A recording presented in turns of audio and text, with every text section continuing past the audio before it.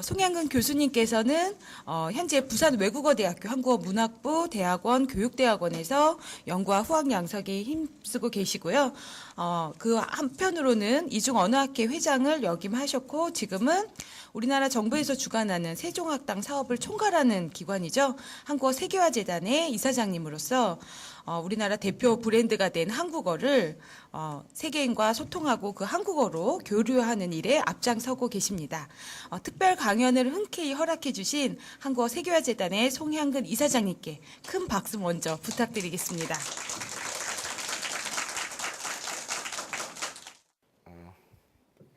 예, 여러분 반갑습니다. 잘 들리십니까? 네.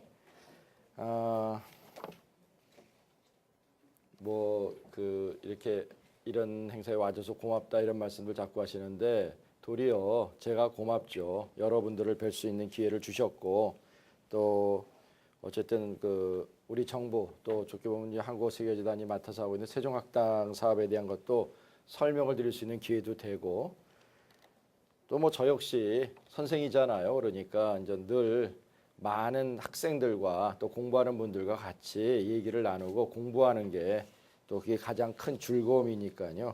그래서 정말 즐거운 마음으로 기쁜 마음으로 이렇게 왔습니다. 그런데 좀 이 자료는 그냥 뭐 이렇게 진짜 하다 말고 쫓겨나게 생겼어요. 자꾸 떨어뜨리네. 이렇게 좀 되어 있습니다만은 아마 여기 이제 일정에 들어있는 제목처럼 세종학대 한국어세계화 전략 한국어 교사 이게 오늘 제가 여러분과 나누고자 하는 거에 더 가까운 얘기가 될 겁니다. 주로 세종학당에 대한 얘기를 하되 한국어 교사가 해야 될 역할 앞으로 어떻게 진행해야 되는가 이제 이런 쪽에 좀 무게 중심을 둬서 이야기를 나누고자 합니다. 뭐 순서는 뭐 이렇게 되어 있습니다만은 뭐 이렇게 큰 의미라기보다는 이제 이런 내용을 갖고 설명을 하되 조금 전에 말씀드린 것처럼 교사에 대한 걸 중점적으로 논의를 하고자 합니다. 뭐 이거 여러분들 여러 수업을 통해서 또 좀 더 관심이 있으신 분들은 또 뭐 과제물이나 이런 걸 하시면서 뭐 많이 나와 있는 보고서 또 논문 이런 걸 통해서 많이 확인하셨을 겁니다. 그리고 또 일반 보도 대중매체를 통해서도 많이 언급이 되고 있는 부분이 이제 한국어 학습의 수요가 어떻게 되고 있는가에 대한 얘기들을 많이 하죠. 우선 이제 이 그림부터 보면은 무슨 얘기를 하고자 하는가는 우리가 잘 알고 계실 거예요. 한류에 대한 것들이 뭐 굉장히 많이 나오고요. 그래서 이 자료를 만들어 놓고서 엊그저께야 사실은 이건 지난번에도 한번 우리 여기 경희사이버대학의 대학원의 학생들과 같이 얘기를 나눌 기회가 있을 때도 이걸 갖고 했는데 저는 그 내용을 이렇게 그림 같은 거는 잘 누가 들여다보지는 않잖아요. 근데 엊그저께 이걸 한번 띄워놓고서 이렇게 자세히 봤어요. 여기 뭐라고 적혀 있나 했더니 뭐 빅뱅도 있고요. 그렇더라고요. 그러니까 근데 이건 어디인가 했더니 UK라고 되어 있는 거 보니까 영국 런던에서 특히 작년에 우리 K-팝에 대한 열기가 높아지면서 한국 아이돌 가수들 왜 우리한테는 안 보내주냐, 왜 하루만 하고 가냐, 이러면 안 되지 이런 것들 많이 했지 않습니까? 그거의 일환이었던 그 자료가 지금 여기 들어가 있는 거고요. 한류에 대한 열풍, 그 다음에 뭐 우리 기업의 해외 진출함으로써 갖고 있는 그런 수요. 또 뭐 특히 이제 국내에서 이루어지고 있는 한국어 학습의 또 가장 중요한 부분인 결혼에 의한 국제 결혼에 의한 결혼 이민자들 또 외국인 근로자들의 취업 이런 것들이 계속 증가되고 있습니다. 근데 이제 여기서 잠깐만 이 한류라는 것에 대해서 얘기를 한다면은 뭐 엊그저께도 어떤 자리에서 우리 조금 전에 다녀가셨던 김중석 원장께서 그 한류에 대한 강의를 특강을 하시는 거를 직접 본 건 아니고요. 나중에 갔더니 먼저 하고 가셨더라고요. 근데 그 자료를 봤더니 아니 우리의 김중섭 교수님께서 언제 한류 전문가가 됐지 하고 깜짝 놀랄 정도로 굉장히 상세한 내용을 담아놓고 나도 그걸 보고서 배웠는데요.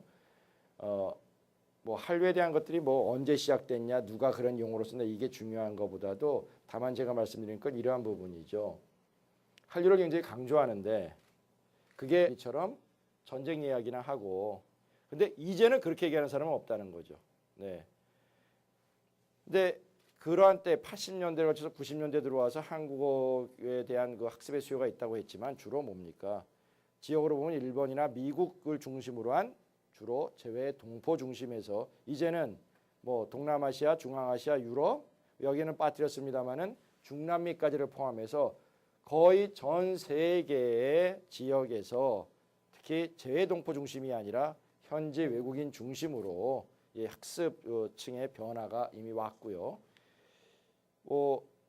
해외에 설치되어 있는 그 한국어과나 아니면 한국어 강좌를 개설하는데 이거는 누가 좀 정부기관에서 조사를 다시 해줘야 될 것 같은데 이게 2007년 자료인데 아무도 본격적인 조사를 안 하는지 이게 안 바뀝니다. 국제교류재단이 해줘야 될 일 같은데 하여튼 굉장히 한 적어도 5년 이상 된 자료인데 지금은 더 늘어났다고 보시는 게 맞죠. 왜?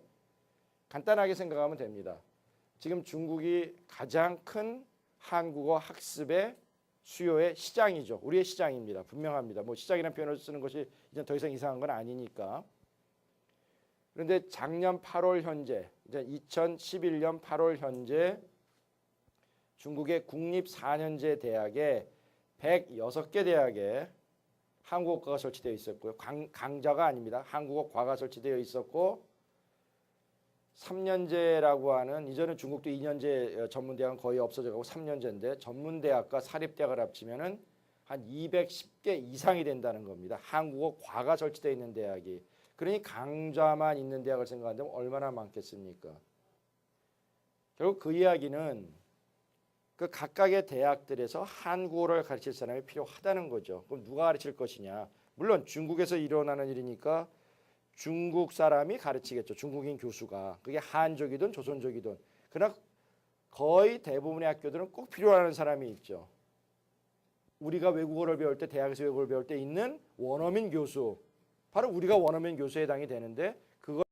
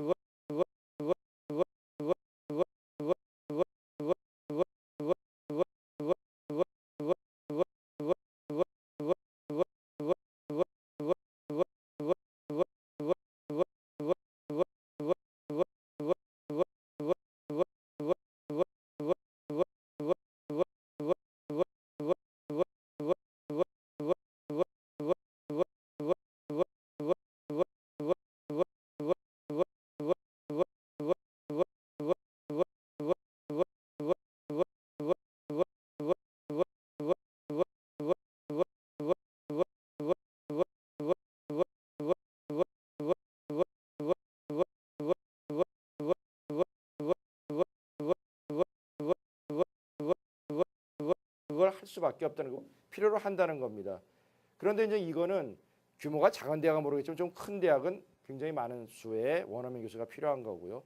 아주 극히 단편적인 부분을 얘기하지만 여기서도 보는 것처럼 우리가 해야 될 일도 많고 나아갈 길도 많다는 거죠. 그거를 말씀드리고요. 뭐 그 외에 인전 뭐 여긴 대학만을 말씀드린 거지만 그 외에도 하면은 굉장히 많고요. 그런데 또 하나 이제 우리가 학습 수요라는 면에서 봤을 때 이런 겁니다. 어느 나라든지 전 세계 어느 나라든지 자기네 언어를 자국어를 좀 자국민이 아닌 다른 사람이 배워주기를 원하는 것은 다 인지상정일 겁니다. 그러나 그게 다 그렇게 되는 건 아니고요. 아무리 뭐 배워라고 한들 이것도 결국은 뭐 소비라는 면에서 본다면 소비자 입장에서 필요해야지 배우는 거지. 글쎄 모르겠습니다. 돈을 이렇게 얹혀주고서 배우면은 어떻게 해줄게 하면 모르겠지만 그래도 아마 안 할 텐데요. 근데 주요 국가들에서 이렇게 전략적으로 뭐 들어보신 이야기죠. 프랑스는 이렇게 하고요. 영국, 독일, 일본. 그리고 결정적으로 우리가 항상 관심을 가질 수밖에 없는 나라. 중국이 바로 2004년부터 공자학원이라고 하는 이러한 국가 사업을 시작을 했습니다. 그래서 지금 현재 11년 후반기, 작년 후반기 현재 104개 국가에 353개의 공자학원을 설치했죠. 우리 세종학당이라는 것도 처음에는 뭐 꼭 이렇게 돼서 시작된 건 아니지만 세종학당이 처음에 아이디어 차원에서 얘기가 되고 세종학당 이름을 붙이자고 하고 그렇게 갑자기 진행되는 과정에 하여튼 뭐 참여를 하게 됐고 지금도 하고 있는데 근데 결정적으로 자극을 준 거는 이건 분명히 공자학원이 맞습니다. 공자학원이 딱 나서니까 그럼 우리 정부도 그렇게 생각을 했던 거고요. 공자학원은 더 이렇게 된 거죠. 처음에 42개소에서 353개소고요. 이거는 공자학원이라고 해서 대학에 설치된 것만을 얘기하는 거고요. 공자교실이라는 게 또 있습니다. 중고등학교에도 중국 정부에서 자기네 경비를 들여서 파견을 해서 가르치는 그런 경우가 있는데 그런 거를 다 공자교실이라고 하는데 이거는 더 개소수가 많다는 겁니다. 근데 이제 이런 거를 하는 이유는 뭐냐? 바로 이 부분에 주목을 하시면 되겠죠. 이거를 하나의 국가 브랜드, 각 국가에서 국가 브랜드로 육성을 하고 더 강화하는 것이 그러한 목표인데 그 이유는 언어 문화의 시장 확대, 부가가치의 창출. 아까 처음에 제가 한류에 대한 언급을 하면서 말씀을 드렸던 그 부분과 연결을 시키시면 될 겁니다. 자, 그런데 이제 한국어를 우리 이제 그 외국인 국 내외에서 학습자들이 외국인 또는 재외동포들이 이제 배우게 되는 건데, 근데 이러한 것을 이제 총칭해서 우리가 한국어 보급이라고 얘기를 한다면 여기에 상당한 문제가 있다는 것 또한 우리가 알고 있고 좀 더 정확히 파악해야 될 부분이 아닌가 생각을 합니다. 자, 수요 변화는 뭐 급속도로 뭐 변화가면서 이루어지는데 이거에 대해서 정말 제대로 우리가 대응을 해오고 있는가? 그리고 이러한 것들이 계속 진행된다면은 어떠한 식으로 어떤 비전을 갖고서 생각해야 되느냐라는 부분인데요. 뭐 수요 상황의 변화라는 건 이미 앞에서도 말씀드린 것처럼 이렇게 되어 있습니다. 그런데 이게 체계적인 대응이 있느냐? 그거에 대한 의문이 계속 제기되어 왔고요. 그거의 한 부분으로서 본다면 정부 차원에서 상당히 여러 부처가 관여를 하고 있죠. 특히 해외에서 이루어지는 것에 대한 이야기입니다. 뭐 문체부, 교가부, 외통부 이렇게 되어 있는데 각각 세종학당, 문화원, 교육원, 한글학교 이렇게 해서 맡고 있고 각각의 대상자는 이렇고 법적 근거는 이렇습니다. 먼저 이 뒤에서부터 살펴본다면 외통부는 이제 한글학교에 대한 지원을 하고 있는데 전 세계 한글학교가 한 2,200개소 정도가 있습니다. 그중에 반이 미국에 있고요. 그래서 이제 외통부는 이 재외동포재단을 통해서 한글학교에 그 기준이 좀 바뀌었는지 모르겠지만 제가 알고 있는 기준에 의하면 학생 수가 50명이 넘는 한글학교에는 지원을 해줍니다. 뭐 그 비용이란 거는 어찌 본다면 그거 우리한테 지원해주고 어떻게 하라고 강요를 해 뭐 이런 기분 나쁜 불만의 소리도 많이 들었습니다만은 하여튼 그러나 상당히 중요한 역할을 해왔던 거고요. 그리고 이제는 그러한 어떤 지원, 그런 금전적인 지원의 부분이 중요한 것이 아니라 이 재외동포재단은 이 한글학교의 한국어 교육이라는 것을 굉장히 중요하게 생각을 하고 그 사이버상에서도 상당히 다양한 내용을 그러니까 스타디 코리안이라고 해서 상당히 많은 컨텐츠를 거기다 담아놓은 것도 사실이고요. 정보도 제공하고 굉장히 뭐 활발하게 이제 진행을 해오고 있습니다. 교과부에서는 이제 한국교육원이라는 걸 갖고 있는데 여기서 이제 우리가 주목할 부분은 이걸 겁니다. 교과부나 외통부에 처음에 이러한 거를 설치한 거는 재외 동포를 대상으로 한 건데 지금 현재는 현지인들에 대한 교육도 담당을 하고 있다는 거죠. 그 예를 들어서 이제는 그 카자흐스탄에 있는 알마티에 굉장히 큰 우리 한국 교육원이 있는데 그 교육원에서 매 학기마다 한 800명 정도가 한국어 강의를 듣습니다. 근데 그 중에 5분의 4가 이게 지금 어디까지 진행이 됐느냐. 유럽은 뭐 당연하고요. 아프리카 중동 지역 또 블랙 아프리카라고 하는 아프리카의 그 사하라 사막 남쪽에 블랙 아프리카를 거쳐서 거기도 들어가 있고 또 하나 중남미에 우리가 보통 인디언들이라고 부르는 사람들이 있죠. 거기까지도 가 있다는 거죠. 자, 그러한데 그 사람들이 관심을 갖는 것이 이런 거를 좀 자세히 알고 싶다라는 그러한 부분이 되니까 접근할 데가 없으니까 한글 학교에 와서 가르쳐 달라고 뭐 이렇게 되니까 그래서 그 한글 학교의 그 분들이 그 대륙별로 협의회가 구성되어 있어요. 그래서 그 협의회에서 교사들의 어떠한 수준이라든가 재교육 차원에서 그 연수회를 많이 하는데 그런 때는 뭐 자주 갈 기회가 있어서 또 그렇게 뵐 때마다 항상 제가 강조하는 것은 그 부분입니다. 한글학교 선생님들 여러분들의 자녀에 대한 교육에 대한 부분만을 생각하지 마시고 현지인들에 대한 교육의 부분도 생각을 해 주십시오라고 얘기를 하고요. 또 이러한 경우도 있죠. 이제 우리의 그 경우 이제 여러 선생님들이 또 기회가 되면 진출을 하는 거를 생각을 한다면은 한글 학교에서 좀 어떤 체제가 잡혀가는 그런 국가에서는요. 한글 학교 교사들도 더 이상 봉사로만 하지는 않습니다. 유급화하는 것이 지금 진행되고 있는데 물론 그것이 정규직은 아닙니다만 유급화되어 있는 부분이 있고 유급화된다는 것은 뭐냐. 결국은 자격을 갖춘 사람을 요구하는 거죠. 자격을 갖춘 사람은 어디서 나오느냐. 그게 바로 이제 국내에서 제대로 교육을 받은 그러한 분들한테 기회가 주어지게 된다는 이야기로 이해를 하시면 될 겁니다. 뭐 세종학당에 대한 얘기는 이제 나중에 설명을 하고요. 근데 특히 이제 문화체육관광부의 세종학당이나 한국문화원은 동포가 아니라 현지 외국인 대상으로 진행이 되는데 여기 역시 문화원이 설치되어 있는 곳에 이런 것들이 없다면은 재외동포에 대한 거를 이 문화원이나 세종학당이 담당할 수밖에 없다라는 거죠. 이 선을 긋기는 상당히 어렵습니다. 그리고 이제 문제가 늘 얘기되는 부분 이거죠. 교육에서 교육과정이 없이 교육이 진행됐다. 그 교육은 교육 아니죠. 네, 나는 그렇게 아주 단언을 합니다. 어떤 교육이 이루어지는데 교육과정이 없이 그냥 했다.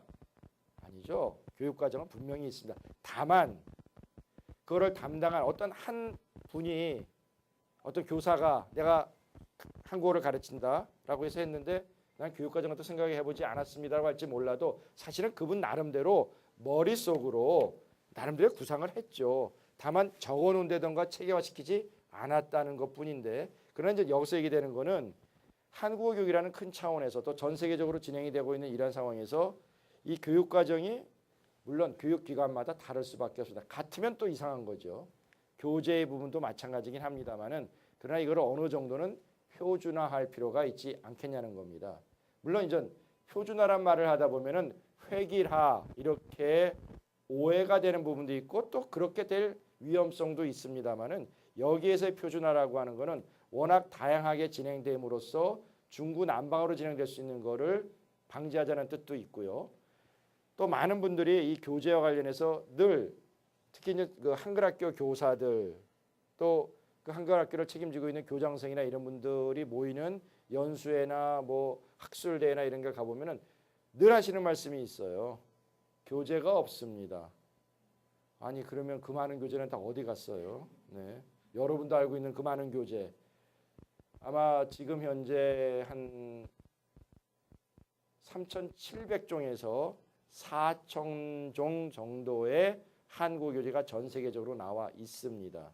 근데 그 많은 교재들은 다 어디 보내고 왜 교재가 당연히 교재 없다는 말 틀린 말 아닙니다. 왜? 각각의 교육기관은 다 자기네의 교육 목적과 목표가 있고 교육 과정에 근거해서 교육을 하는 거죠. 어떤 교재도 자기네들이 원하는 거에 딱 맞는 교재는 있을 수 없다라는 겁니다. 그러니까 그렇게 되니까 차라리 어떤 표준화된 거를 통용화될 수 있는 거를 정해주고 각각의 경우에 맞추어서 조정을 한다든가 부분적인 개발을 한다든가 이런 식으로 해서 교재도 만들어야 될 것이 아니냐. 근데 그 근거가 되기 위해서는 이제 이런 표준화의 부분이 필요할 거라고 생각을 하고요. 또 이 부분 나왔죠. 드디어 교사에 대한 부분인데요. 이 교원에 대한 관리에 대한 부분이 상당히 미흡한데 특히 이제 동남아 지역이 수요는 급증하는데 그 교원의 확보에 어려움이 있다라는 얘기를 합니다. 또 여기에 무자격자에 대한 이야기.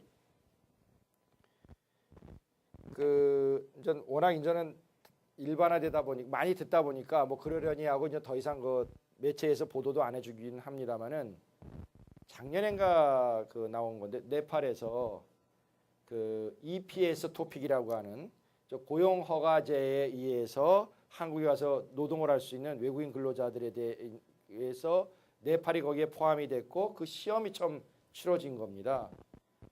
그때 네팔이 무너질 뻔했다는 거 들으셨죠? 네, 워낙 많이 모여서 버글버글 모여들어서 뭐 전 그 나라 전체가 뭐 난리가 나는 이러한 상황. 근데 아무 나라나 그렇게 되는 건 아니고요. 우리 대한민국 그 노동부 고용노동부하고 상대편 국가의 그 해당되는 부처하고 간에 협정을 맺어 갖고서 전 세계적으로 15개 나라입니다. 그 나라에서만 이런 공식적으로 이주 와서 노동을 할 수 있는 기회를 주고 있는데 맞습니다. 그래서 저도 스리랑카 가서 TV에 나왔다는 거 아닙니까? TV에 나온 게 중요한 게 아니라 갑자기 와서 취재를 하겠다는 게 시험 총괄을 하러 갔는데 지금은 한국어 세계화재단이 그 시험을 담당을 하지 않고 그 한국산업인력공단이 하고 있습니다만은 세계화재단이 할 때 갔더니 그러니까 그 정도로 관심을 갖고 의미를 부여하고 있다는 거죠. 근데 그러다 보니까 한국어 시험을 통과해야지 한국에 오게 되지 않습니까? 어디서 배우죠? 어디선가 배워야 돼요.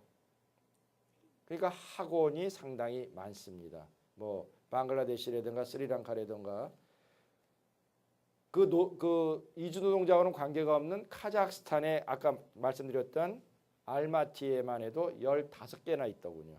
예, 한국어 학원이. 그러니까 그만큼 수요가 있는데 근데 문제는 이제 무자격자들이 가르치는 거에 문제가 생긴다는 거죠. 무자격자라고 하는 것은 그냥 한국 사람인데 한국어 모호하자인데 자격이 없으니까 무자격 그 차원이 아니에요. 그 정도는 그래도 우리 같은 편끼리인데 이해가 좀 되죠. 물론 같은 편도 선은 가르긴 갈라야 됩니다. 왜 그런 사람들이 자꾸 끼면 안 되죠. 우리는 전문가고 전문가가 될 분들인데 이런 거예요. 인도네시아에서 가서 봤더니 학원이 있는데 누가 가르치나 했더니 인도네시아 사람이 현지인이 가르친다는 겁니다. 그래서 한국어로 어디서 배웠어? 무슨 인도네시아에도 이제 그 한국어과가 있으니까 그런가 했더니 그게 아니고요. 고용허가제에 의한 그 제도가 생기기 전에 왔던 분들이 있어요. 산업연수생들. 산업연수생으로 왔을 때 얼마 근무하다 보니까 옆에 회사가 돈을 더 많이 주고 여기는 좀 안 좋고 그러니까 어느 날 사라져 버리죠. 그래서 불법 체류자로 남아서 한 5년 뭐 몇 년씩 일을 하다가 돌아간 분들이 이런 제도가 생기니까 한국어를 가르치는 거예요. 상상되죠. 무슨 한국어를 가르치겠습니까? 거의 쪽집게 수준의 그게 맞는 쪽집게면 모르겠는데 별로 그렇게 날카롭지도 않은 쪽집게가 하고 있는 거를 본 적도 있습니다. 하여튼 그래서 이러한 그 교원의 관리가 무엇보다도 필요하고요. 또 하나 이제는 이러한 그 자격 및 교육 연수 관리 기관의 이 기관에 대한 것도 우리가 이제는 좀 더 신경을 써야 될 부분이라고 봅니다. 그렇다면 이제 해외 한국어 보급의 이제 발전 방향이라는 면에서 다시 얘기를 해본다면은 우선적으로 그러면은 해외에서 꼭 뭐 세종학당뿐만을 말씀드리는 건 아닌데 우선적으로 어려운 건 이거죠. 무엇보다도 한국어 학습자가 많이 있다고 하더라도 접근성이 떨어진다면은 당연히 이 교육이 수요에 충족을 시키지 못하는 거기 때문에 그래서 이제 세종학당이 하고자 하는 거는 통합 기반된 걸로서 공동 브랜드화할 필요가 있지 않느냐. 그리고 기관별 성격에 맞게 운영을 하더라도 대외적인 통합 이미지를 창출할 필요가 있다.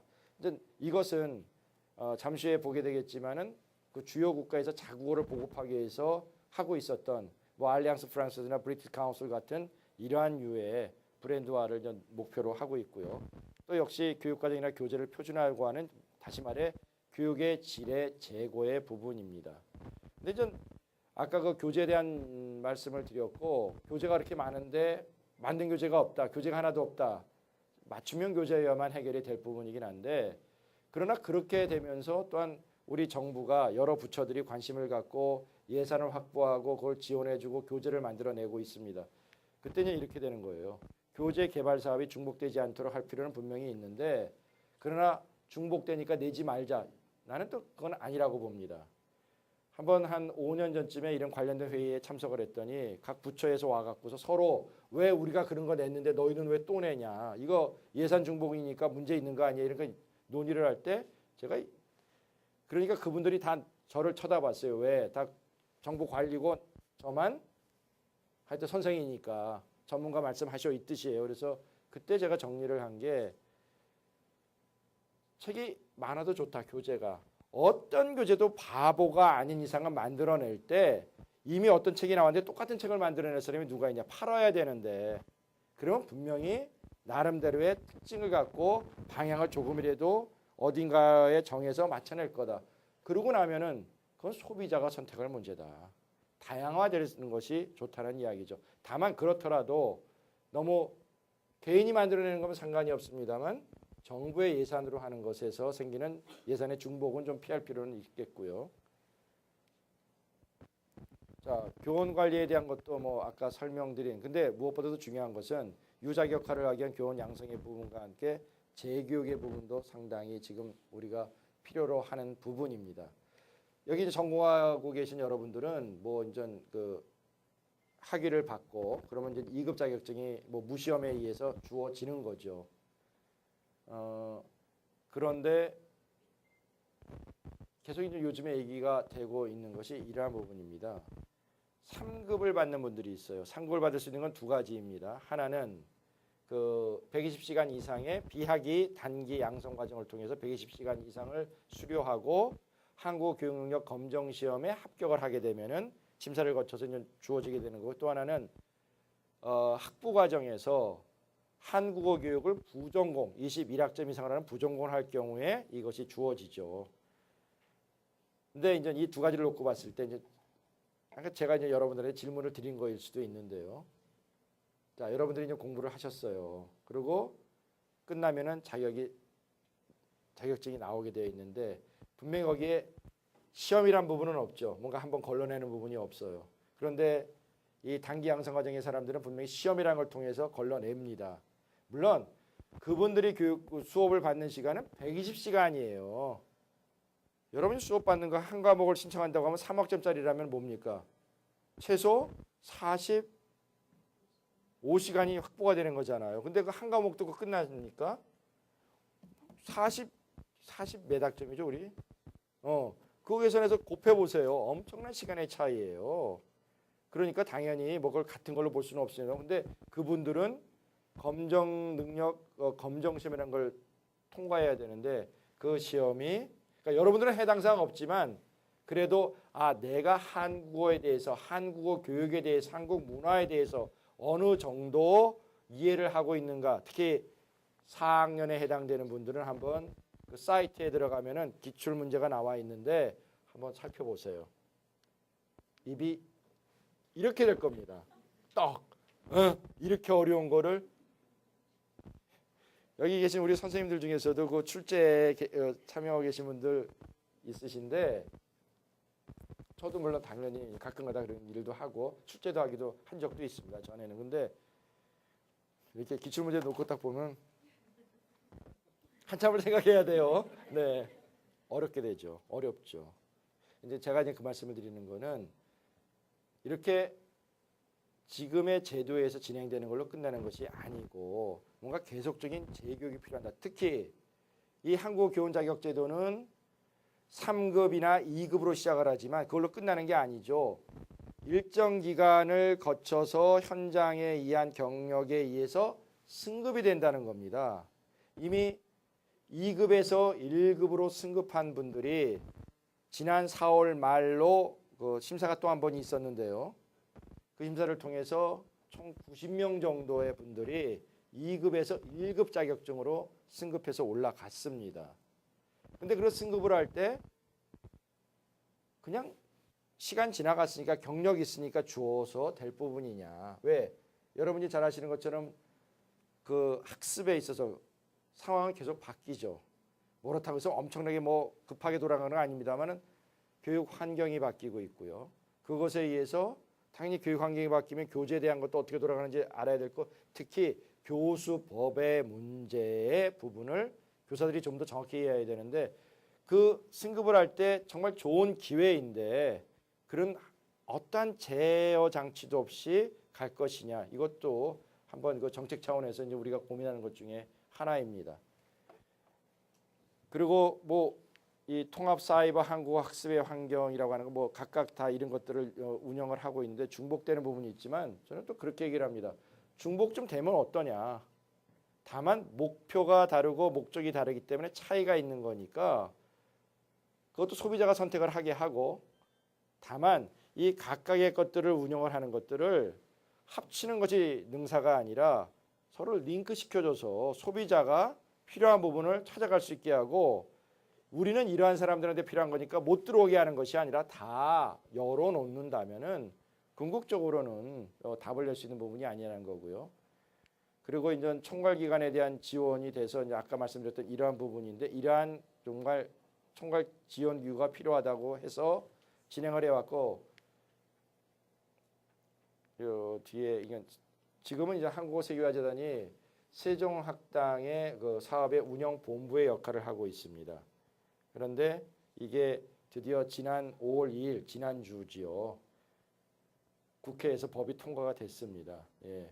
그래서 이제 10월 중으로 세종학당 재단이라고 하는 새로운 재단이 생겨나면서 한국어 세계화재단을 승계해서 좀 더 규모가 커지고 말 그대로 법적 지위를 갖는 것이 이제 되게 되는 거죠.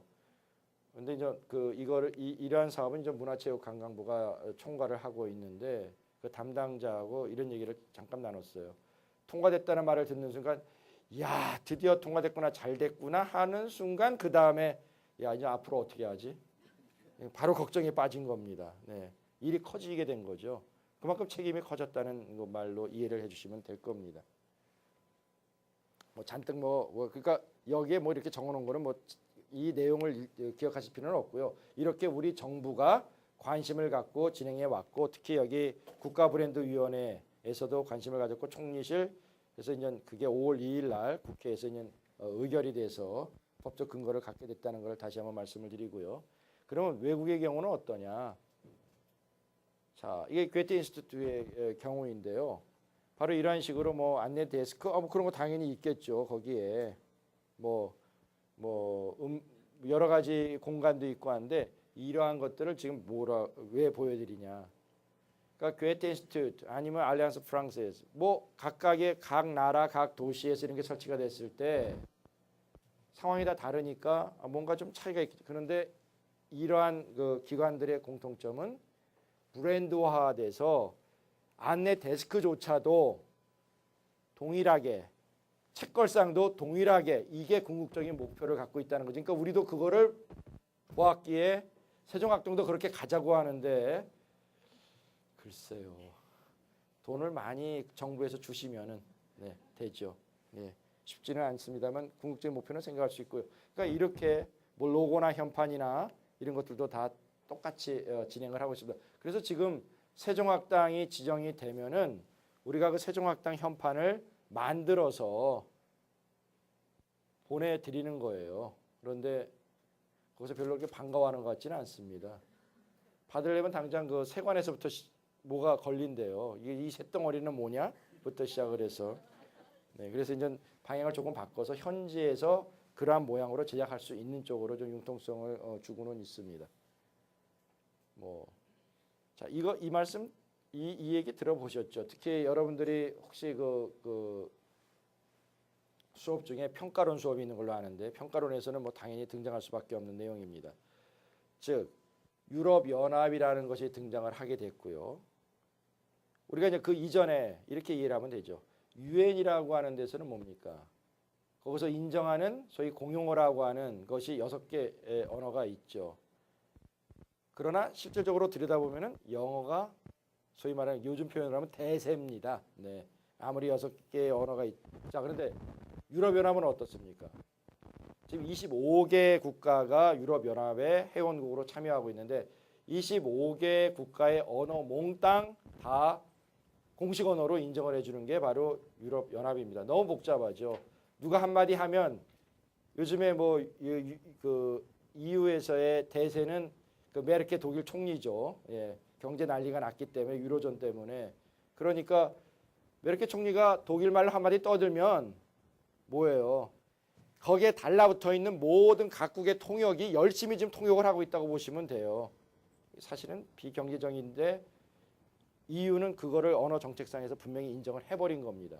네. 터키가 왜 EU에 못 들어가고 있을까요? 글쎄, 터키 사람들이 들으면 기분 나빠하겠지만 궁극적인 거는 내가 보기엔 그래요. 오래전에 이제 EU가 계속 확대되고 있을 때 살펴 이렇게 흐름을 보니까 터키는 들어가기 어려울 거다. 어떤 핑계를 대서라도 상당히 제어를 할 거다. 왜요? 무슬림 국가잖아요. 네.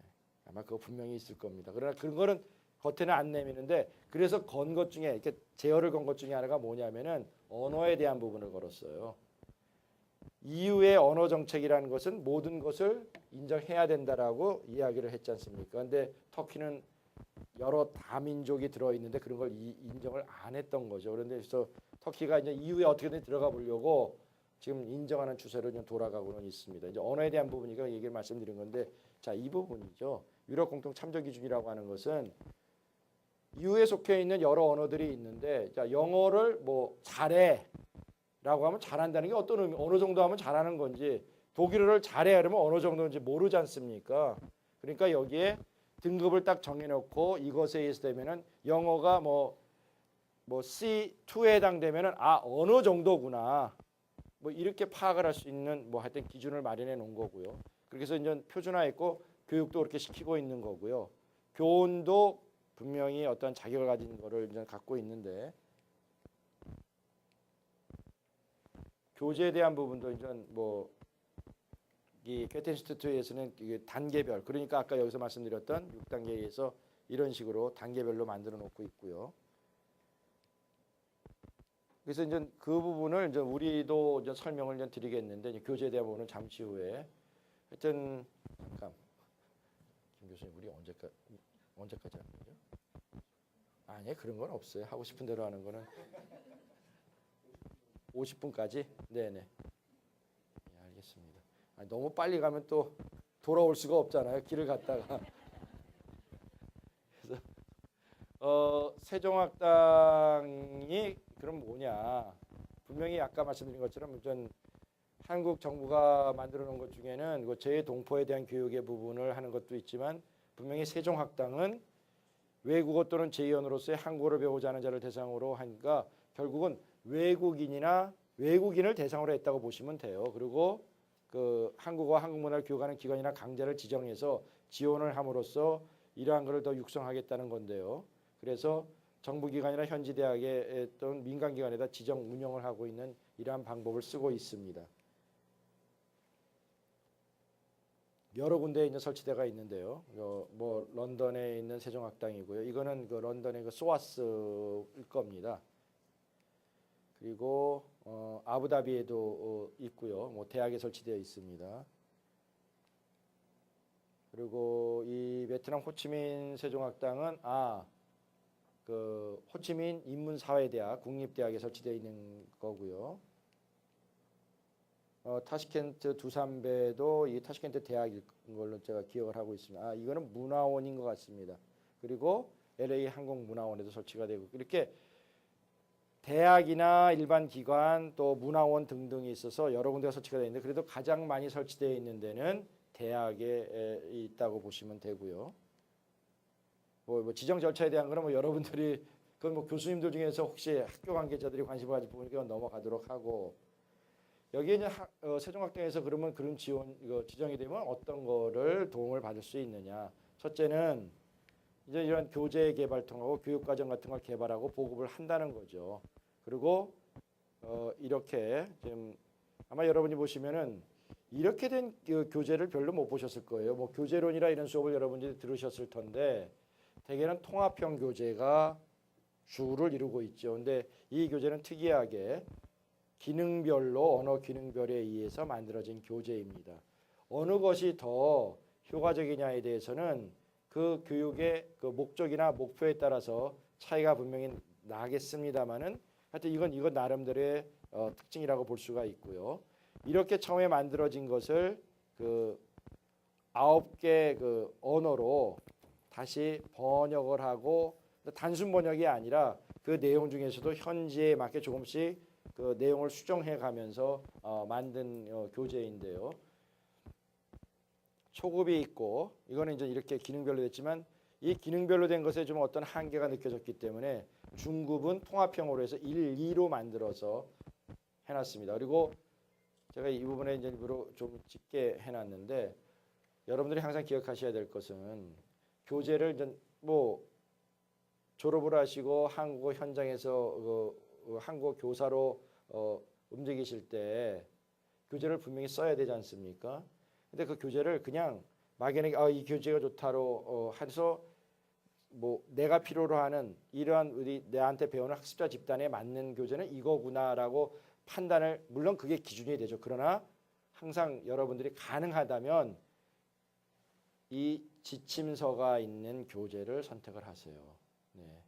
그 어떤 목적으로 어떻게 가르쳐야 되는가에 대한 소위 설명서가 없는 그러한 교재는 분명히 한계를 가지고 있다는 거죠. 그래서 제대로 된 교재라고 한다면 분명히 지침서가 있어야 되는 거고요. 그래서 이렇게 해서 이거를 하는데 물론 이런 얘기가 많이 나오죠. 어렵다. 네. 특히 세종학당은 학문 목적이나 아니면 취업 목적을 가진 분들도 분명히 있지만 본격적으로 취업 목적의 학습자들은 아니고 그래서 여러분도 이 얘기를 들어보셨을 거예요. 학습 목적에 따른 한국어 학습자의 분류, 뭐 학문 목적, 취업 목적, 뭐 일반 목적 등등등 쭉 있는데 일반 목적과 특수 목적이라면 특수 목적에 학문 뭐 쭉 들어갑니다. 그런데 사실 학문 목적은 학문만 하기 위해서 하는 사람이 누가 있어요? 끝난 다음에 이것 때문에 하는 거잖아요. 다시 말해 취업 목적이라고 보시면 되는데 그것 말고 근래 우리가 분류해낸 한 3, 4년부터 분류해낸 취미 목적의 한국 학습자가 상당수에 달한다는 겁니다. 지금은 어찌 본다면 더 많아졌다고 보시는 게 맞죠. 그러한 분들이 그러한 학습자들이 주로 세종학당의 주요 학습자군에 해당이 되는데 그러다 보니까 기존에 만들어진 교재들은 상당히 어렵다는 겁니다. 그래서 이제 그거를 좀 극복할 수 있는 거를 하고 있고 이거는 이제 현지어로 번역이 돼서 각각 개발된 것들의 거를 보여드리는 거고요. 그래서 이제 새롭게 만든 것이 세종학당이 본격적으로 이제는 자리를 잡아가면서 세종학당용 초급 교재, 표준 교재를 만들게 됐습니다. 그것이 세종한국어 1, 2가 개발이 돼서 이미 작년부터 그 현지 세종학당에 보급이 되고 있고요. 그리고 지금은 이제 3, 4가 개발에 들어갔습니다. 궁극적으로는 이 세종한국어라는 교재로 5, 6, 7, 8까지 지금 개발을 할 생각을 하고 있습니다.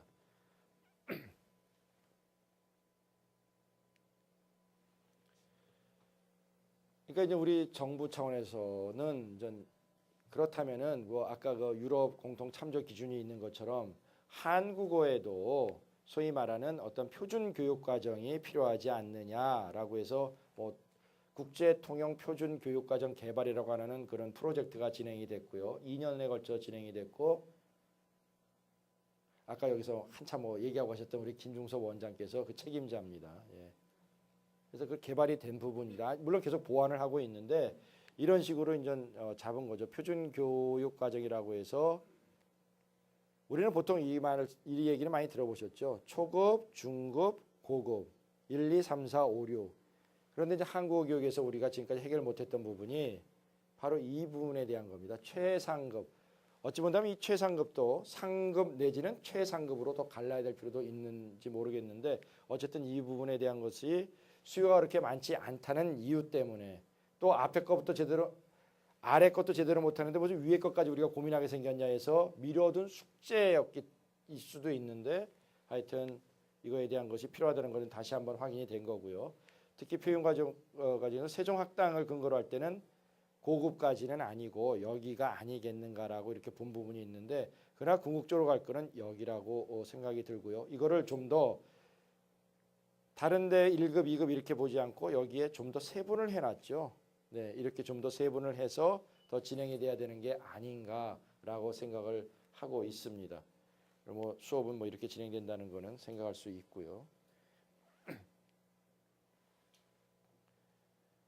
자, 또 하나가 이제 세종학당을 운영하면서 이제 교원과 같은 양성되는 부분과 얘기될 수가 있는데요. 이러한 수요가 상당히 많이 있습니다. 이제 약간 이제 한국 교원 쪽으로 이제 이야기를 좀 돌려봐서요. 아까 뭐 2급, 3급에 대한 말씀을 드렸지 않습니까? 지금 외국의 경우도 그렇지만 이제 국내의 경우를 얘기하면은 제일 중요한 학습자 집단이 역시 결혼 이민자 집단이죠. 그리고 이제 이주 근로자들인데 근본적으로 이제 우리 한국 정부가 생각하는 것은 이주 근로자들은 당연히 일정 기간이 지나면 다시 돌아간다는 걸 전제로 하고 있습니다. 그러니까 그들을 위해서 왜 인권적인 측면에서 왜 한국말 안 가르쳐 주냐, 뭐 체계화 안 돼 있냐라고 말하기는 아직 이르다는 겁니다. 정책 자체가 그렇게 보고 있지는 않기 때문에 그래서 결국은 그런 이주 노동자들에 대한 뭐 외국인 근로 뭐 지원센터 이런 게 부분적으로 있습니다만은 그거는 정부 차원의 것이 아니라 민간 차원, NGO 차원에서의 활동이고 그 수는 굉장히 제한되어 있습니다. 그리고 그런 데서 이루어지는 한국 교육이라는 것도 굉장히 제한적이죠. 그렇다면 이제 좀 더 우리가 초점을 맞춰서 결혼 이민자, 특히 우리는 이제 여성 결혼 이민자에 관심을 갖고 있으니까 그분들에 대한 한국 교육이 상당히 활발히 진행되어 있는 것을 알고 계시고 아마 뭐 여기 앉아 계신 여러분들 중에서도 몇몇 분들은 이미 현장에서 그분들을 대상으로 가르치는 방문 교사나 아니면 집합 교육을 담당하는 분도 있으실 겁니다. 근데 그러한 분들에 대해서 저는 이렇게 생각을 합니다. 오래전에 한 10년도 넘은 이야기인데 2000년 초에 어떤 조사에서 이런 걸 나온 걸 봤습니다. 해외 대학에서 한국어를 가르치는 분들의 전공이 무언가 이거를 조사한 게 있었는데 그 당시는 뭐 한국 교육이라는 게 제대로 아직 시작 안 됐을 때입니다. 그러니까 한국 교육을 전공한 분은 별로 없고 국어국문학이나 국어 교육을 한 분들을 따져봤더니 5%가 당연히 안 되고요. 그 다음에 뭐 외국어 관련된 어문을 전공한 분을 따지니까 한 10%, 인문과학 한 분을 합치니까 한 20%, 사회과학까지 합치니까 한 40%, 그럼 60%는 뭐예요? 그렇죠. 뭐 화학공학 전공자인데 한국어를 가르친다 뭐 이렇게 되는 거예요. 그래서 어떻게 그런 분들한테 가르치라고 하냐? 예전에는 없었지 않습니까? 그러니까 그런 분들이 유학을 가서 있다가 공부하고 있는데 한국에 대한 수요가 있으니까 한국 사람 와서 가르치시오. 이렇게 된 거죠. 이제 이거는 급속도로 바뀌고 대체되고 있습니다. 그러나 여전히 있긴 있는데 그러면 자격을 가진 사람이 필요하다는 것은 당연한 이야기긴 하지만 또 하나 중요한 게 거긴 있다고 봐야겠죠. 그게 뭐냐? 경험입니다. 현장에서의 경험은 절대 무시할 수 없죠. 네. 아무리 전공을 한 것이 중요하지만 그러나 경험도 무엇보다도 중요하다는 것은 우리가 생각해야 될 부분이니까 일정 부분은 하되 그러나 궁극적으로는 제가 드릴 답은 뭘까요? 당연히 바꿔야죠. 네. 누구로? 한국 교육을 전공한 여러분으로. 네. 답은 그겁니다. 그런데 그렇다고 해서 모든 분들이 한국 교육을 정말 학위 과정을 통해서 전공해야 되느냐? 하고 싶은 분들도 있고 이제 특히 사이버 대학이라고 하는 걸 통해서 할 수 있는 길은 열려 있지만 사이버 대학이 되기 위해서는 뭐예요? 사이버 환경, 공부할 수 있는 환경이 돼야 돼요. 그러한 그 시스템이 소위 돌아가야 된다는 거죠. 구동돼야 되는데 그럴까요? 아직도 상당수의 국가에서는요, 지역에서는 1기가바이트 같은 소리는 그만두고요. 1메가바이트를 다운로드 받는데 몇 시간 걸린다는 거예요. 그런 데서 이 사이버 강의를 듣겠다? 이건 안 된다는 거죠. 어렵다는 거죠. 그래서 이제 하고 싶어도 못하는 부분도 있고요. 그러니까 이제는 본격적으로 학위 과정으로 우리가 유도를 하는 것은 사실이지만 역시 이렇게 단기 양성 과정의 부분이 필요한 거고 그런 것들을 많이 하고 있고요. 특히 그 방문 교육을 하고 있는 그 분들을 위한 교육이 지금 진행이 되고 있습니다. 근데 이제 답답한 거는 이거죠. 그분들이 하고 싶어 하지 않는다는 거죠. 방문 교육을 담당하는 방문 교사들이 그 여성가족부에서 이제 이분들을 저희 자격을 갖춘 그 교사의 질을 전문성을 갖추기 위해서 그런 프로그램을 만들어서 정부 재원에 의해서 매년 뭐 100몇십 명인가를 모아서 교육을 시키고 근데 그분들이 교원 자격증을 가지려면 그다음에 꼭 거쳐야 되는 게 뭐죠? 시험. 근데 그 한국 교육능력 검정 시험에 지금 이제 6회까지 몇 회죠? 4회 맨날 하면서도 잊어먹네요. 6회까지 했죠? 네. 이게 산업인력공단으로 넘어간 것만 생각하네요.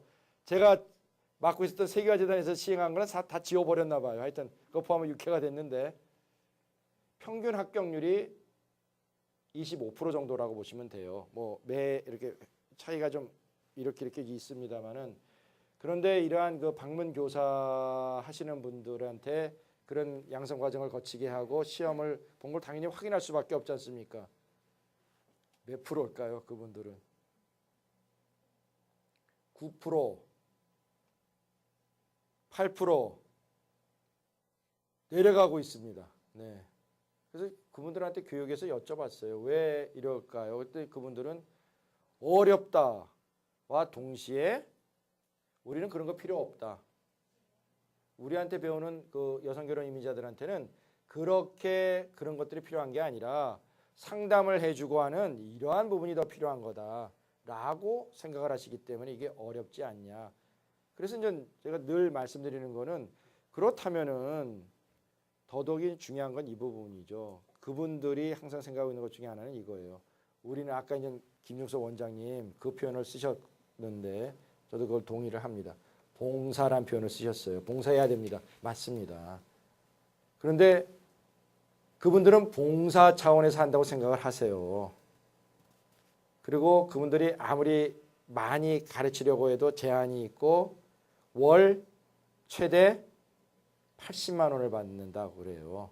그러니까 이분들은 봉사한다고만 생각을 하기 때문에 그런 자격을 갖추라고 우리가 왜 필요도 없는데 이러한 이제 괴리가 생겨나는 거죠.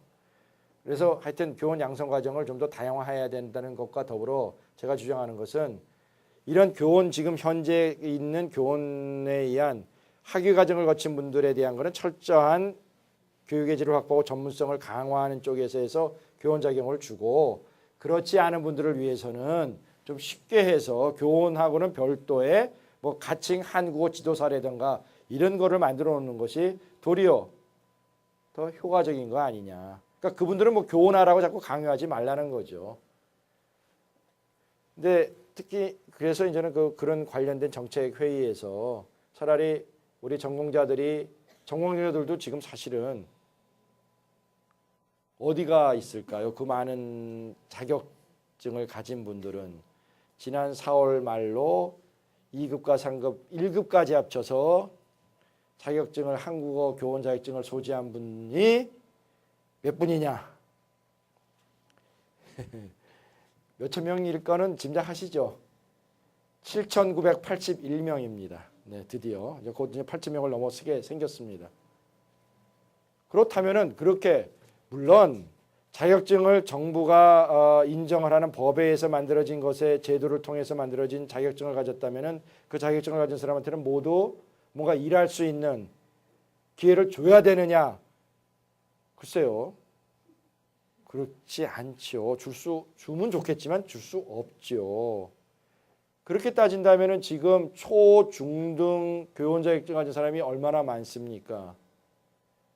아마 그 초중등 자격을 가져서 그 자격을 딱 가진 그 해에 교사가 돼서 나가는 사람은 20%도 안 된다고 그러죠. 그러니까 이제 한국어 교원 자격도 이제 그런 부분은 있습니다만은 그래도 어쨌든 이렇게 정말 학습 현장으로 못 나가는 분들이 상당히 많이 있는 지금 상황에서 이거는 국내를 전제로 하고 말씀드리는 겁니다. 그런 데서 이러한 분들은 나는 그래서 여기 또 혹시 가서 그런 정보를 넘겨주지 마십시오. 근데 혹시 여기 방문교사 하고 계신 선생님들이 계신다면은 저는 그 주장을 해요. 뭐 일관되게 주장해 왔으니까 당장 어떻게 하기가 곤란하다면은 적어도 유예기간 공고를 해서 유예기간을 두고 2년이고 3년 내에 자격증을 못 갖는다면은 대체해야죠. 네, 자격증을 가진 유자격자로 방문 교사일지라도 대체를 해야 된다는 겁니다. 근데 대체를 막상 하려고 해도 그 자격증을 가진 분들이 나는 그거 못해라고 하면 이제 성립 안 되는 거죠. 근데 사실은 그러한 우려를 하고 있는 것도 맞습니다. 어떤 분들이 그래요. 그 현장에 계신 분들이 그거 하라고 하면은 뭐 어렵고 하기도 힘들지만 되고 나면 되게 그 방문교사들의 그 연령대가 50대가 제일 많죠. 그리고 40대 이렇게 되어 있는데 합격하는 분들은 그 교사들 중에서도 좀 젊은 분들이 합격을 한답니다. 그리고 합격을 하면은 거기에 있지 않고 떠난다는 거죠. 다른 쪽으로. 그것도 우리가 해결해야 될 부분일 것 같은데요. 그리고 우리가 또 하나 하는 것이 이제는 양성 과정에 대한 운영도 있고요. 그래서 교육자 대회도 우리가 이제 하고 있습니다. 세계 혹시 여기 선생님 중에서는 아직 맨 앞줄에 계신 선생님들만 거기 오셨겠군요. 올해도 하여튼 세계 한국어 교육자 대회를 개최를 합니다. 어서 이제 많이 본 사람도 여긴 있네요. 네. 이렇게 해서 이때는 그냥 뭐 교육자 대회라고 해서 어떤 뭐 만남의 장으로 끝나는 것이 아니라 교원 양성과 관련된 부분도 운영을 하고 있고요. 학습자나 운영자들이 다 모여서 많은 그 의견도 나누고 정보도 공유하는 그런 거를 하고 있습니다. 문화체험도 했고요. 지금 현재 세종학당은 이렇습니다. 총 34개 국가에 75개소에 이렇게 전 세계적으로 분포가 되어 있고요. 가장 많은 데는 역시 중국입니다. 네. 그리고 뭐 이쪽 카자흐스탄이나 이런 데도 좀 있고 아프리카도 좀 들어가 있고 다만 아쉬운 것은 이 캐나다나 미국의 경우는 이미 꼭 세종학당에 의해서만 움직일 부분은 아니라는 거죠. 상당히 자리를 잡고 있는 부분이니까. 그러나 요구는 굉장히 많습니다. 그리고 앞으로 우리가 주목해야 될 지역은 이 중남미 지역이라고 생각을 합니다. 이렇게 그래서 이제는 그 크게 두 가지인데요. 대학에 설치되어 있는 경우가 있고요. 문화원에 설치되어 있는 경우가 있습니다. 여러분들이 한번 그 관심을 가지고 계신 지역에 있는가 한번 살펴보시기 바랍니다. 그래서 이제 총 75개소가 되고요. 문화원에 있는 게 이제 19개입니다. 그리고 또 하나 이제 우리가 별로 이제 이 세종교실이라는 용어를 더 이상은 잘 쓰지는 않습니다만은 세종학당에는 두 가지가 있습니다. 지정 세종학당이라고 해갖고 지정이 되면은 우리 정부의 예산이 투입되는 지원을 해주는 게 있고요. 그 예산 지원하고는 상관없이 프로그램의 어떤 질적인 거를 인증을 해주는 학당이 있는데 그거를 보통 우리가 통칭 세종교실이라고 하고 주로 교육원에 해외에 있는 교육원에 운영되고 있는 프로그램을 이렇게 얘기를 하고 있습니다. 아직 최종적으로 정리가 되지는 않았습니다만은 궁극적으로는 이 교육원에 있는 것을 문화원과 아마 합치는 그러니까 교육원은 교육부에서 내보냈고 문화원은 문화부에서 하다 보니까 이게 제대로 역할을 분담을 못하는 부분도 있고 해갖고서 아마 정부 차원에서 이거를 다 문화부가 통솔을 하는 쪽으로 방향을 잡고 있는 것 같습니다. 근데 다만 역할이 조금 다르죠. 문화원은 말 그대로 현지인들을 대상으로 하는 문화를 포함한 어떤 홍보의 차원이고 교육원은 우리 재외동포의 교육이 우선적인 부분인데 이거를 좀 조정할 필요는 있을 것 같습니다. 뭐 이제 관련된 보도는 생략하고요. 그리고 이제 또 하나 중요한 것이 이거를 이제는 세종학당이라는 것과 더불어 사이버상에서 뭔가 접속이 되고 어떤 정보를 얻고 하는 필요해서 누리세종학당이라는 것을 지금 이미 구축을 해놨고요. 그래서 이게 이제 그 통합 그 메인 인트로를 구성해 놨고 뭐 이런 내용들이 들어 있습니다. 그러니까 여기에 대한 것들은 이제 아까 그 다시 보시면은 이제 이러한 부분인데요. 여기는 이제 그 누리세종학당이라는 홈페이지를 통해서 구축이 되어 있는데 학습자를 위한 부분이 있고요. 그 다음에 교원에 대한 부분이 있고 그리고 이제 세종학당 그 자체에 대한 설명의 부분이 있어 이렇게 해서 좀 더 구체화돼서 현실적으로 활용이 가능한 쪽으로 구성을 해놨습니다. 그래서 거기에는 이제 온라인 강좌가 가능하게 되어 있고요. 멀티미디어 학습 자료도 계속 개발하고 있습니다. 그리고 이미 구축을 해서 지난 12월 올해 2월에 시험 가동을 하고 지금은 이미 거기에다가 해서 본격 가동에 들어가 있으니까 여러분들이 한번 접속을 하셔서 확인해 보시기 바랍니다. 얼만큼 효율적인 건지 부족한 부분이 무엇인지 그런 걸 의견을 거기에다 개진해 주시면 그런 부분도 감안을 해서 계속해서 보완해 나가도록 하겠습니다. 뭐 이것도 좀 교육관리 시스템의 거를 말할 거. 그리고 이 사이트가 있는데 이거를 이제 한국어를 포함해서 8개 언어로 지금 운영을 하고 있습니다. 영어, 중국어, 베트남, 몽골, 타이, 그다음에 인도네시아, 러시아어 이렇습니다.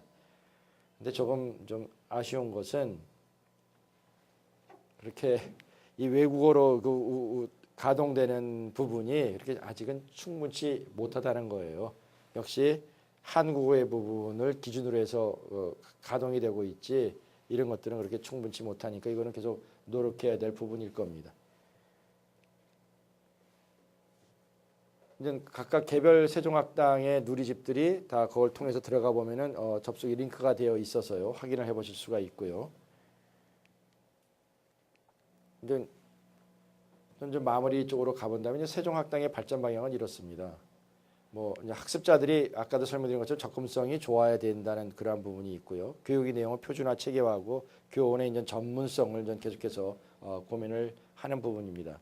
그래서 결국 궁극적으로 세계화의 기반을 구축하고 문화국가의 한국의 위상의 강화, 뭐 우리가 보통 생각할 수 있는 그러한 부분입니다만, 그리고 접근성의 확대에서는 이제 이러한 부분들을 다 이제 포함을 했는데 여기서 하나 이제 봐주실 거는 아까 설명드린 그 부분과 더불어서 한류 확산 지역에다가 뭐 전략적으로 확대하는 것, 그래서 이렇게 돼서 올해 지금 75개소인데 올해 후반기에 15개를 합쳐서 90개까지 이제 올해 확대할 거고요. 내년에는 또 30개를 더 늘려서 120개. 그 다음에 계속 160, 180에서 16년까지는 200개소까지 확대시키는 걸로 지금 계획을 잡아놨습니다. 근데 원래 아주 구체적인 계획은요, 사실은 이거였거든요. 13년까지 그러니까 중기 계획이라고 볼 수 있는 요거에서 120개까지는 분명히 만든다고 했는데 지난번에 여기에 여기 적혀 있는 것처럼 대부분의 그 부처들은요. 그 어떤 법 관련된 법에 의해서 소위 발전 기본 계획이란 걸 만들게 되어 있습니다. 뭐 여가부도 그런 걸 갖고 있고 뭐 다 있는데 그 문화부는 이 국어 관련돼서는 국어 발전 기본 계획이란 거를 5년마다 한 번씩 해서 분명히 발표를 해야 됩니다. 의무 사항입니다. 그래서 두 번째 것이 이제 이번에 이제 작년 말 해서 올해 초에 이루어졌는데 거기에 담겨 있는 내용입니다. 아마 안 할 수는 없을 겁니다. 네. 이 회의에 당연히 참석을 했는데 원래 계획은 요거까지밖에 안 들어 있었는데 담당 국장께서 이렇게 약하게 생각하면 되겠냐? 더 강화하자. 그러니까 위원들이 다 제 얼굴을 쳐다보지요.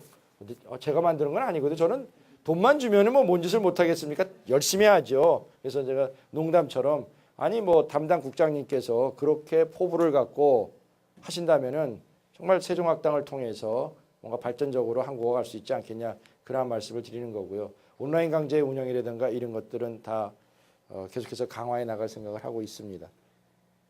교재에 대한 부분도 역시 현지 맞춤형 교재에 대한 지원도 생각을 하는데 다만 이거는 하나 이제 나중에 여러 선생님들은 현장에 나가서 가르칠 테니까 하나 기억하실 거는 이 부분일 겁니다. 지금까지는 정부 차원에서 많은 예산을 투입을 해서 그런 교재를 개발을 해왔습니다. 물론 민간 차원에서 개발된 교재가 훨씬 더 많습니다만은 근데 앞으로는 정부 차원에서 이렇게 직접적으로 교재를 개발하는 것은 더 이상 하지 않을 겁니다.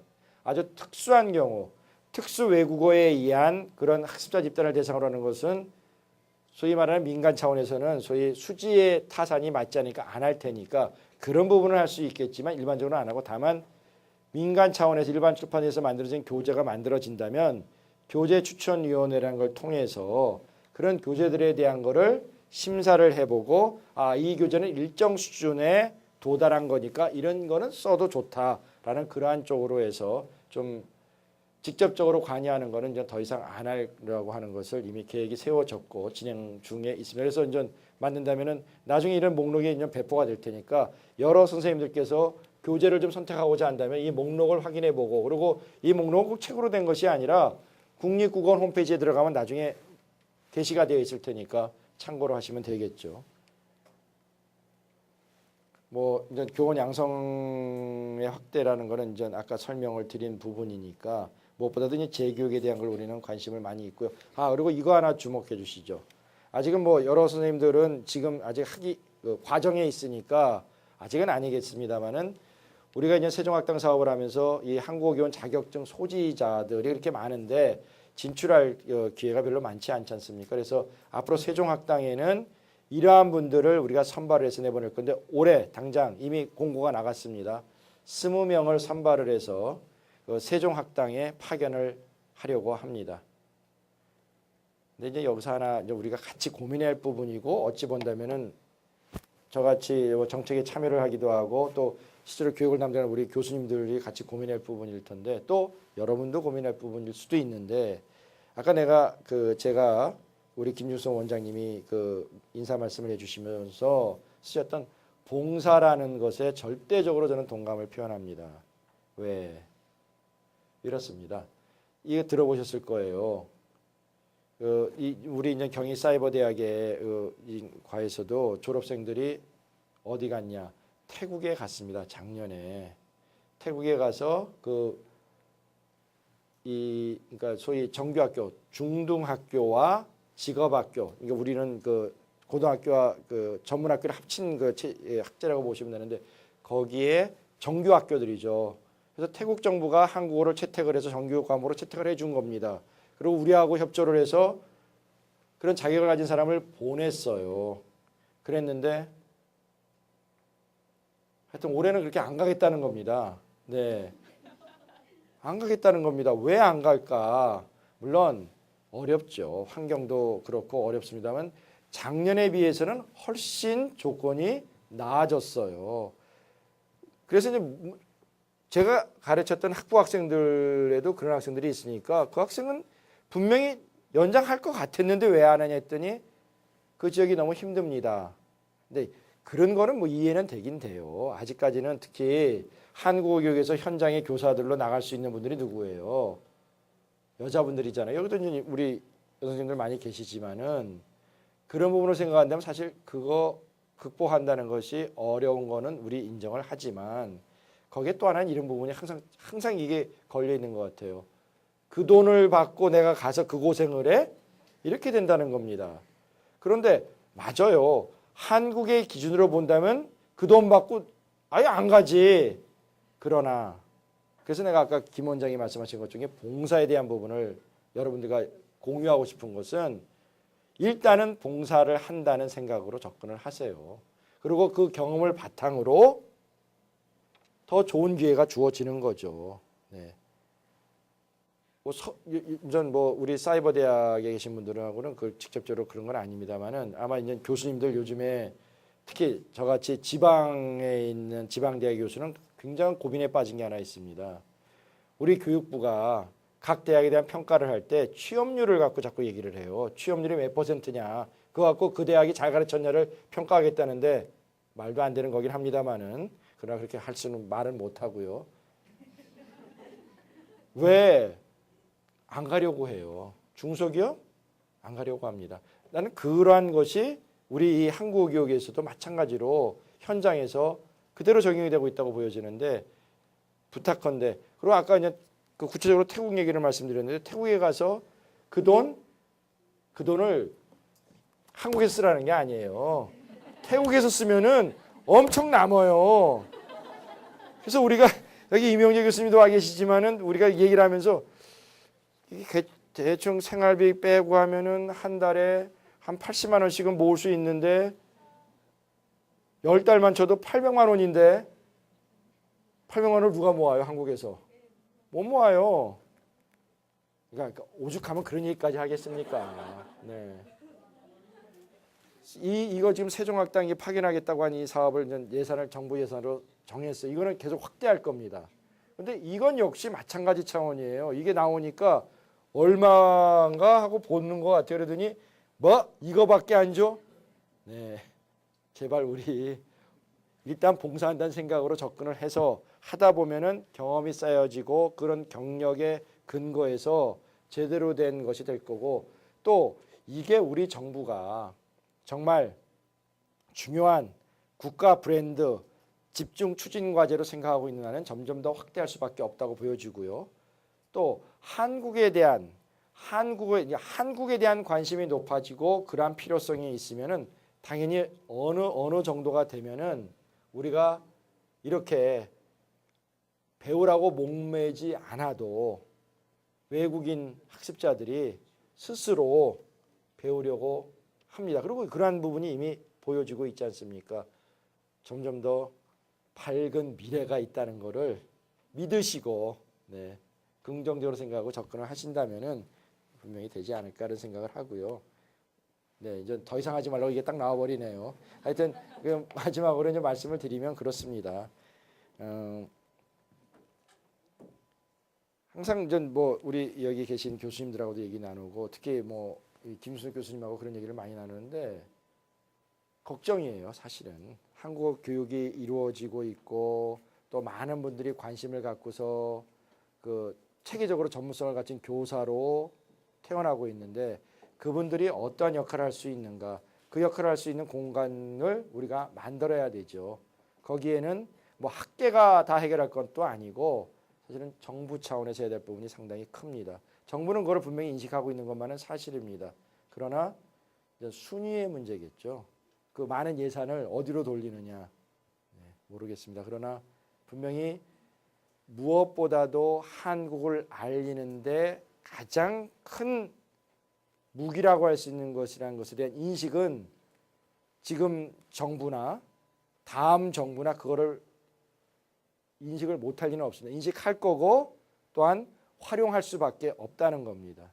그러한 부분에서 우리가 분명히 우리한테는 기회가 왔고 그러한 기회를 살려야 되는 거고 또 살리기 위해서 우리가 좀 힘이 들더라도 그러한 것에 좀 봉사의 부분도 좀 있고 서로 노력을 하는 것이 궁극적으로 이제 한국 교육을 통해서 우리가 한국 교육을 통해서라기보다는 한국 교육에 의해서 된 교사들에 의해서 한국어가 전 세계를 완전히 딱 덮을 수 있는 그날까지 우리 계속해서 노력을 하도록 하죠. 제가 노력할 건 별로 없는 것 같은데. 네, 고맙습니다.